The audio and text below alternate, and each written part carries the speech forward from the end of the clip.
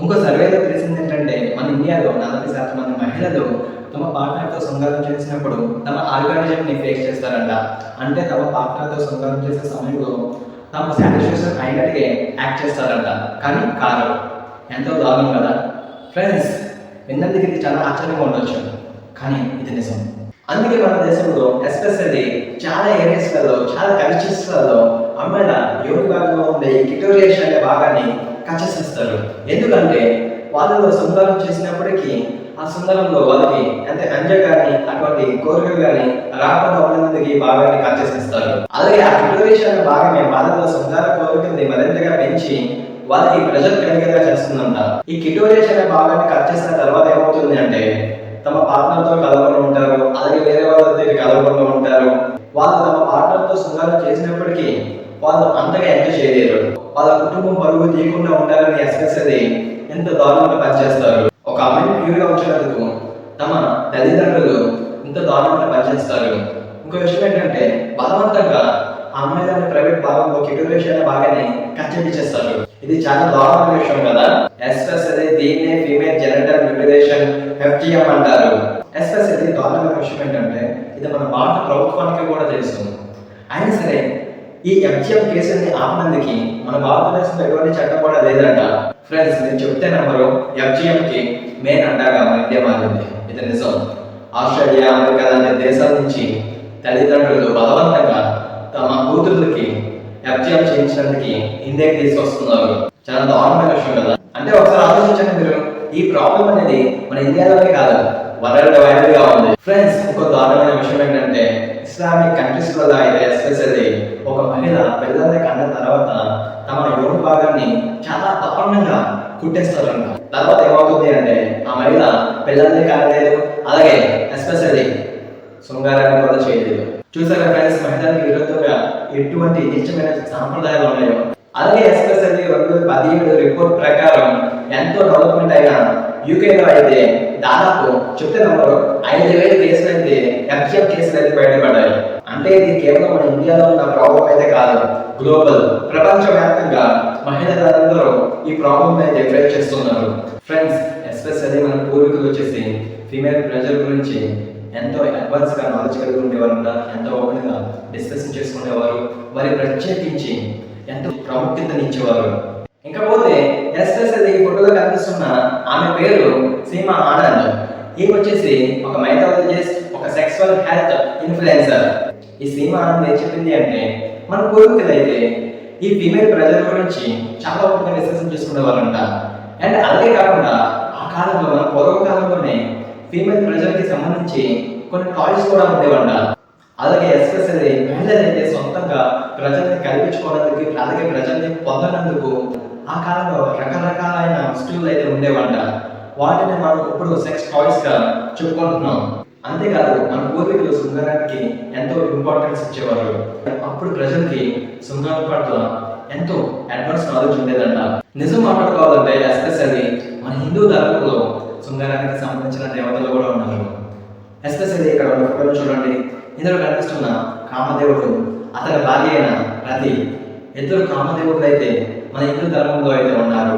ఇక్కడ కనిపిస్తున్న రతి అనే దేవతని అయితే ఫిమేల్ ప్రెజర్ కెరాస్ గాడ్ అని పిలుచుకుంటారు. అలాగే కామదేవుడిని అయితే గాడ్ ఆఫ్ ప్రెజర్ గాడ్ గా పిలుచుకుంటారు. ఎస్పెషల్లీ ఫీమేల్ ప్రెజర్ గురించి మన మహాభారతంలో కూడా ఒక మంచి స్టోరీ ఉంది. అది ఏంటంటే ఒకసారి ఇంద్రుడు బంగస్కోన అనే రాజుని ఒక శాపనిస్తాడు. బంగస్కోన నువ్వు ఇంక నుంచి మహిళగానే ఉండు అని ఇంద్రుడు చెప్పేస్తాడు. దాని తర్వాత కొన్ని సంవత్సరాల తర్వాత బంగస్కోన అనే మహిళ దగ్గరికి మళ్ళీ ఇంద్రుడు వెళ్తాడు. వెళ్ళి బంగస్కోన నేను నీకు శాపం ఇచ్చాను కదా, ఆ శాప విముక్తిని నేను చేస్తాను, మళ్ళీ నీ శాపాన్ని నీకు దూరం చేసి నీ జీవితాన్ని నీకు తిరిగి ఇచ్చేస్తాను అని ఇంద్రుడు చెప్పు తిరుగుతుంది. దానికి బంగస్కోన ఇంద్రదేవ వద్దు, నన్ను మగవాడిగా మార్చవద్దు, నన్ను ఈ మహిళ శరీరంలోనే ఉండి నాకు ఈ మహిళ శరీరంలో నేను సుందరంగా పాల్గొన్నప్పుడు నేను పూర్తిగా అనుభూతి చెందగలుగుతున్నాను, ఇది నాకు ఎంతో సాటిస్ఫాక్షన్ గా ఉంది అని ఇంద్రదేవుడికి చెప్తాడు. అంతేకాదు ప్రభు, ఒక మగవాడిగా ఉండడం కన్నా, ఒక భర్తగా ఉండడం కన్నా, ఒక తండ్రిగా ఉండడం కన్నా ఈ మహిళా శరీరంలో ఒక అమ్మగా ఉండడం అనేది నాకు ఎంతో గొప్పగా ఉంది అని చాలా గొప్పగా ఇంద్రదేవుడికి వర్ణించడం జరిగింది.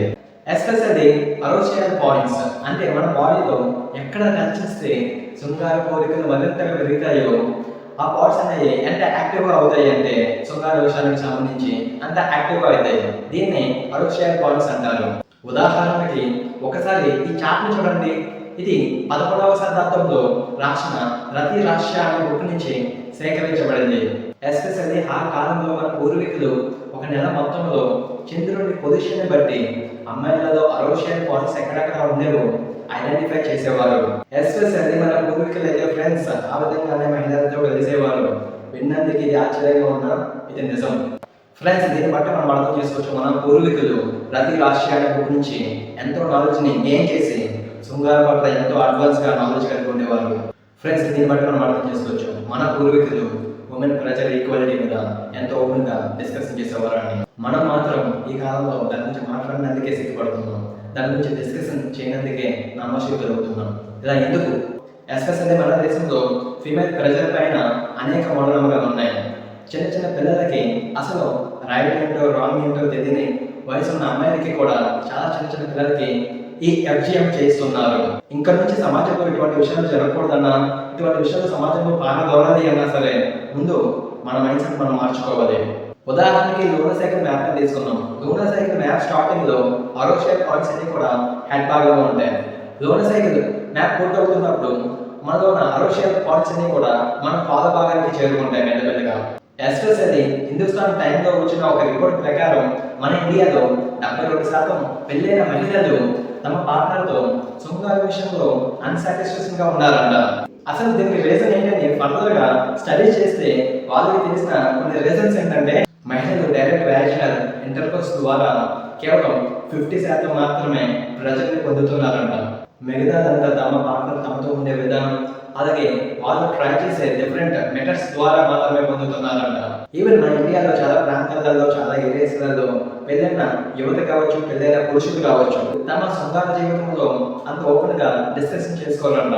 అలాగే ఒక కొత్త కపుల్స్ పెళ్ళైన తర్వాత ఒకరితో ఇంకొకరు తమ శృంగార జీవితంలో ఓపెన్ గా డిస్కషన్ చేసుకుంటారో అప్పటి వారు ఫుల్ ప్రెజర్ ని అనుభూతి చెందగలుగుతారంట. అలాగే సైకాలజిస్టులు ఎస్పెషల్లీ మహిళల గురించి ఏం చెప్పారు అంటే మహిళలు తమ శృంగార జీవితంలో పాల్గొన్నప్పుడు అన్సాటిస్ఫాక్షన్ గా ఉన్నారు అంటే వాళ్ళకి కావాల్సింది ఏదో మిస్ అవుతుందని అర్థం. ఫ్రెండ్స్, మీరు నిజంగా మీ శృంగార జీవితాన్ని ఎంజాయ్ చేయాలి అనుకుంటే మీ పార్ట్నర్తో అది ఆడనే కావచ్చు, మొబైల్ కావచ్చు ఓపెన్ గా డిస్కషన్ చేయండి. మీకు కావాల్సింది మీరు మీ పార్ట్నర్తో క్లారిటీగా అడగండి. అన్సాటిస్ఫాక్షన్ సెక్స్ లైఫ్ అనేది మీ మ్యారేజ్ లైఫ్ ని బ్రేక్ చేయగలదు. గుర్తుంచుకోండి, అన్సాటిస్ఫాక్షన్ సెక్స్ లైఫ్ అనేది మీ జీవితాన్ని నాశనం చేస్తుంది.